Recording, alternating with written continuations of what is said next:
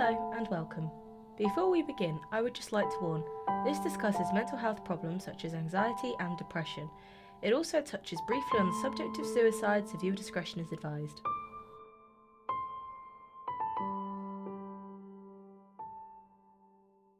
Student mental health is often overlooked. It is frequently regarded as teenagers going through a phase and something that will pass or something that they will grow out of. Except it doesn't always pass. Not really. It might improve slightly, but it never truly leaves.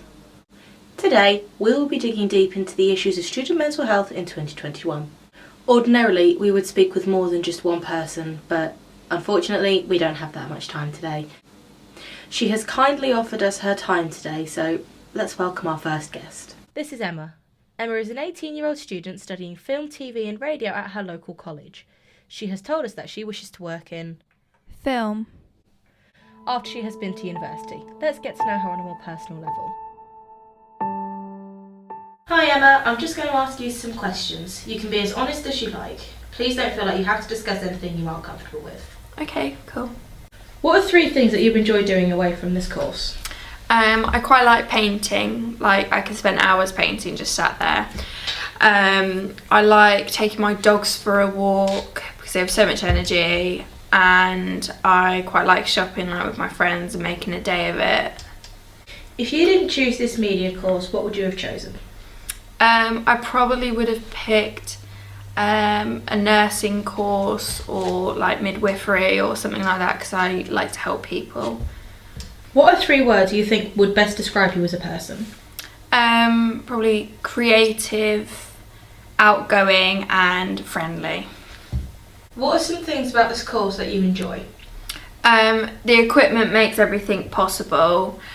The people here are always willing to help, and it is really fun filming with your classmates. I know that you want to progress onto a film set one day, but if filming doesn't work out or if you don't like it, what would you do instead? If it really didn't work out and like filming and media was kind of completely out of the question, I would probably go on to do like be a police detective or something like that. That's still like quite interesting because I'd want something to keep my mind occupied. Now that we have met the lovely Emma, let's dive in. As I've mentioned before, there is a stigma around mental health. It's not anyone's fault really. Generations ago, people were brought up with the idea that anything that happens to you stays private. Mental health problems were a sign of insanity and you were thrown into a hospital or a facility. Generations down the line and not much has changed. People do speak more freely about mental health problems now, even more than they did, say, 5 years ago. Mental health has been dramatically affected in the last year as a result of COVID restrictions. Lockdown after lockdown and the limited social contact have caused, unsurprisingly, a mental health crisis. Back when the first lockdown was put into place in March 2020, 74% of students said they felt anxious. By the time December rolled around, only 66% said they felt anxious. Well, I say only, but it's a small, teeny tiny decrease from the beginning of the year. In July, over 30% of students said they felt lonely, which could link in with those who said they felt anxious. Not being able to socialise or see people will do that to you. Also in July, nearly 1/5 of students reported having suicidal thoughts and feelings. Unfortunately, by the time December came around, more reported having suicidal thoughts and feelings.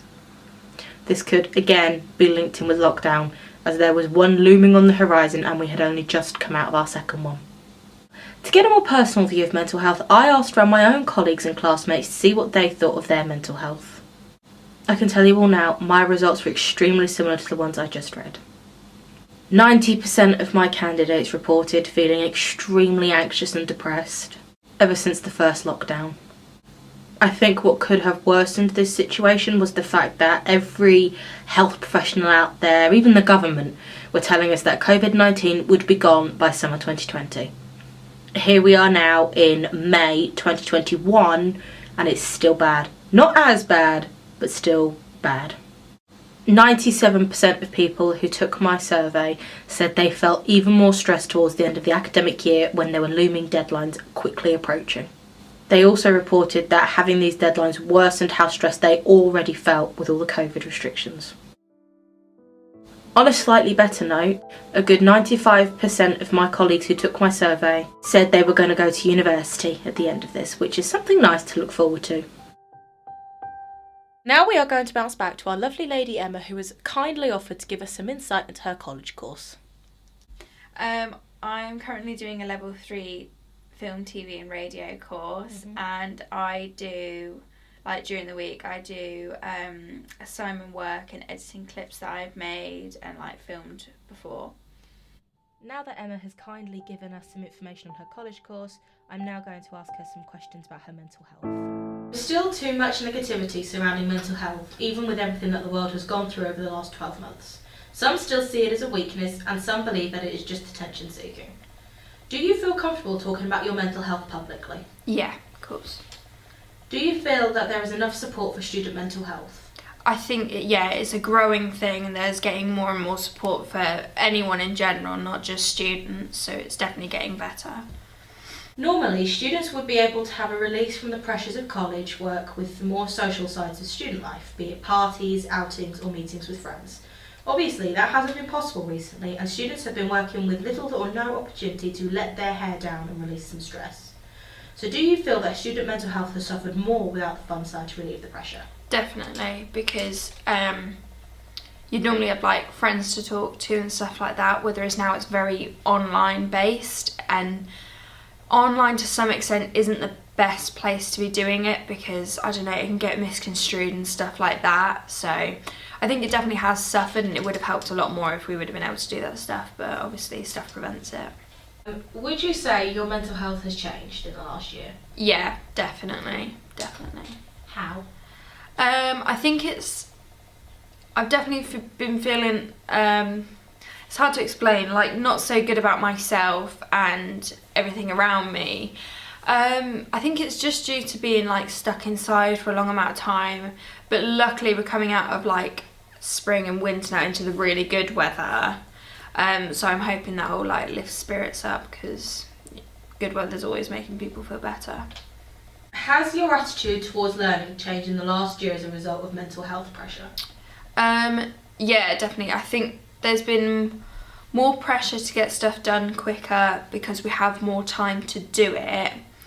But also for me personally, it's been good to have more time to do it because I've been more productive and I've been getting stuff done quickly, and I've been enjoying it a bit more, the fact that there is less pressure to kind of finish on deadlines, because there are still deadlines, but I don't know, I feel like I have a lot more time to do it so that I can do it quicker.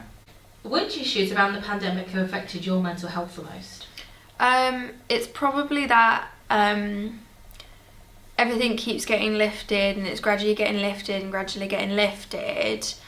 So we're all being able to go out and this kind of thing, and I just still feel a bit unsure that that's the best thing to be doing until it's over. Like I'm gonna go out and enjoy my time and stuff like that, but I also, on the other hand, kind of think like maybe we should just wait until it's properly over. So I don't know, it just made me feel a bit uneasy, but it's how it is, isn't it?